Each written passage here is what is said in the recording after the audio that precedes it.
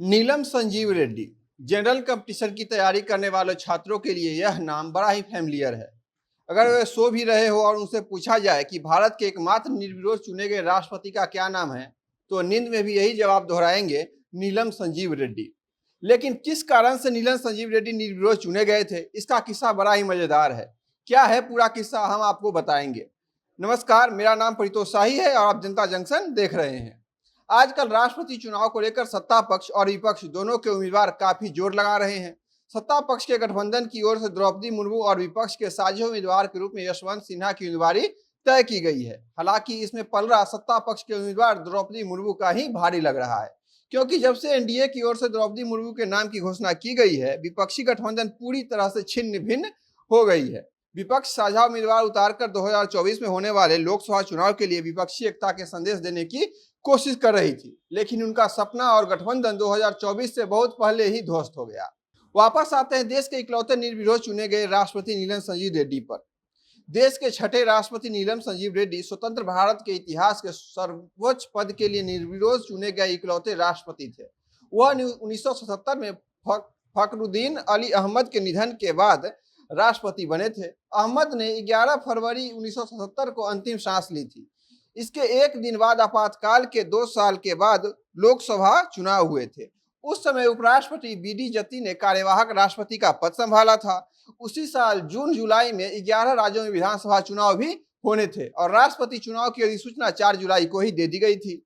हालांकि लोकसभा के 524 नवनिर्वाचित सांसद, राज्यसभा के 232 सदस्य और 22 विधानसभा के विधायक राष्ट्रपति चुनाव में वोट नहीं दे सके थे, क्योंकि रेड्डी चुनावी मुकाबले में इकलौते उम्मीदवार थे।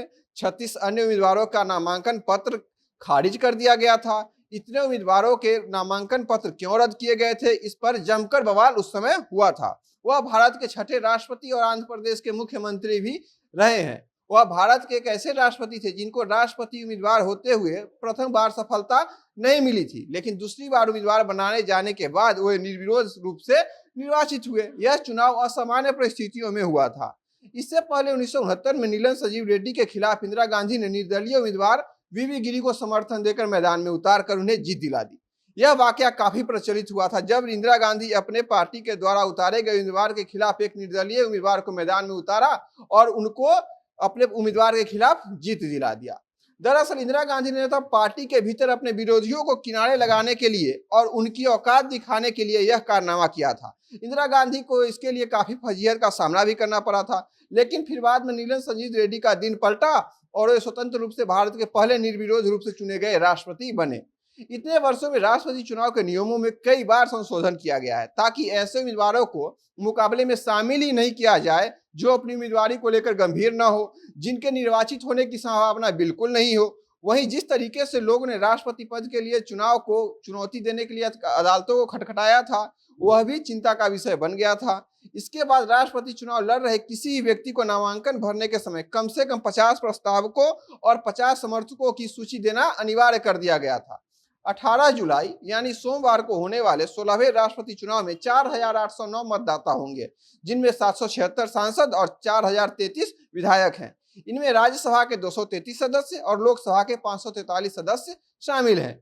देश में 1952 में पहली बार राष्ट्रपति चुनाव में 5 उम्मीदवार थे, जिनमें सबसे आखिर में रहने वाले उम्मीदवार को महज 533 वोट मिला था। इस चुनाव में राजेंद्र प्रसाद ने जीत हासिल की थी। इसके बाद राजेंद्र प्रसाद 1957 में भी दूसरी बार राष्ट्रपति चुने गए। राजेंद्र प्रसाद ही इकलौते ऐसे राष्ट्रपति हैं जिन्होंने लगातार 2 बार अपना कार्यकाल पूरा किया था एक राष्ट्रपति के तौर पर। अब तक 15 बार राष्ट्रपति पद के लिए चुनाव हो चुका है, लेकिन ऐसा सिर्फ एक बार हुआ है कि कोई राष्ट्रपति निर्विरोध रूप से चुना जाए। उनका नाम है नीलम संजीव रेड्डी।